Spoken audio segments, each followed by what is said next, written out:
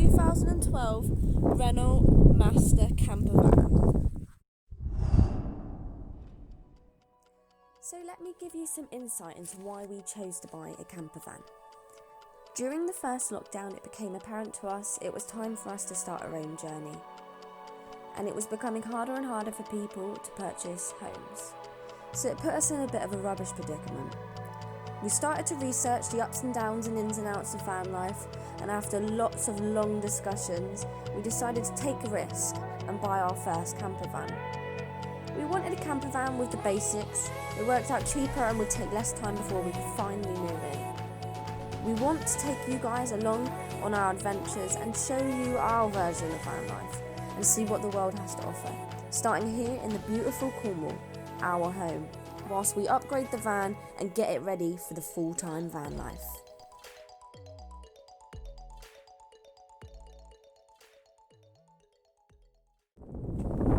Hi guys, come on in, I'll show you around.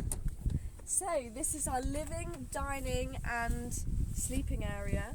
So for the dining table, the base of the table just folds out and lays flat on the floor. The leg of the table is a metal bar and the table just sits on top.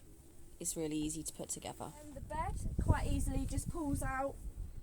We used the back cushion of the sofa to create a part of the bed and a black foam piece to make up the rest, making a small double bed, and it fits me, Jordan and Rudy quite easily. It's very quick and easy to assemble. Down below, next to the bed, we have a USB socket just for easy access during the evenings when we're in bed, so we haven't got to get out when it is a little bit chilly. And up above our heads are 4 storage compartments where we keep our clothes. To unlock the cupboard, you press the button and it will turn into a little handle. It's the same as all the other cupboards throughout the van. It's nice and easy to do. Just below is a recent purchase of mine, my McCrane wall hanging. I loved it so much I bought 2. It gave the van a really warm and homey feeling and was perfect for the theme I wanted. Over here we have Rudy's bowl and we have a bin which is quite easy for access when we're in the kitchen. We have a step here which just nicely comes out.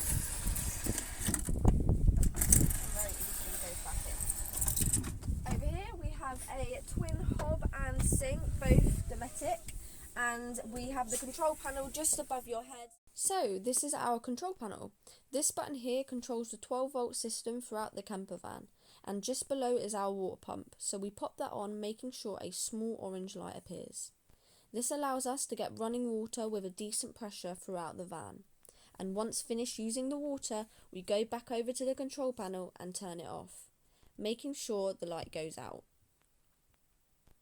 Below the pump is a button for our exterior awning light, located on the outside of the van just above the slide door. Over on the bottom left is our clean water tank percentage. There's nothing in it at the moment and it does need a filler up. Above is our voltage level of the leisure battery, and the top left is the on-off switch. It also displays the battery and water level on the blue screen. Behind the sink is a small window which lets in plenty of light. Below our Dometic hob and sink, we have our Thetford duplex gas oven, and on either side of the oven we have 2 storage cupboards. We keep our pots and pans and plates in here with felt in between to stop the knocking, and in here the condiments along with the placemats, etc. This is our Truma heating and boiling system. It's amazing for the winter months. You can change the temperature inside the vehicle, and if you fancy a really nice hot shower, the water settings have Eco Hot and Boost. You can use gas or have gas and electric for a quicker heat up time. And in the bottom left of the screen there is a small timer, and in the bottom right is a clock and also the settings menu. The van has 4 vents throughout, 1 under the fridge, 2 under the bed and 1 in the corner of the shower room. Next you'll see our 240-volt socket, our 12-volt socket, TV aerial and a dual USB port. Just right from that is where you'll find our TV mount, all ready for when we buy our telly. And up here is where we keep the naughty food for when I'm really hungry. Below is our kitchen drawer where we keep all our utensils, chopping board, etc.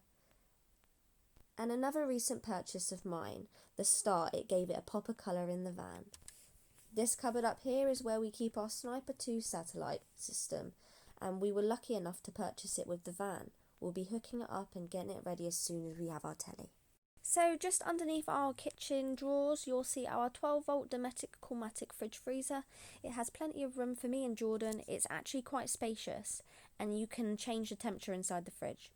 And over next to the hob, you'll find two 240-volt sockets. And above is our shelf that we bought recently, which is ideal for keeping stuff out of the way. It also gives our plant Penny a little place to live. At the top, you'll see we have open storage. This is where we tend to keep all our cleaning stuff. And also our key on our key hook. Next, you'll see the overhead compartment. This is where we keep all of our bedding. It's nice and out of the way. And in the front, you'll probably come across Rudy. He has the whole van, but is happy just to chill here.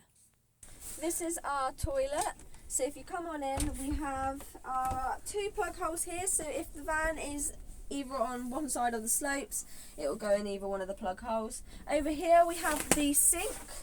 Nice and easy, and it has quite a good pressure to it. So the shower head just gets attached onto the wall mount, which creates our shower. On the back of the shower head, you'll find an emergency stop button. It comes in actually pretty handy. And over here, you'll find our cassette toilet with a lever to open the toilet and a button for rinsing the bowl.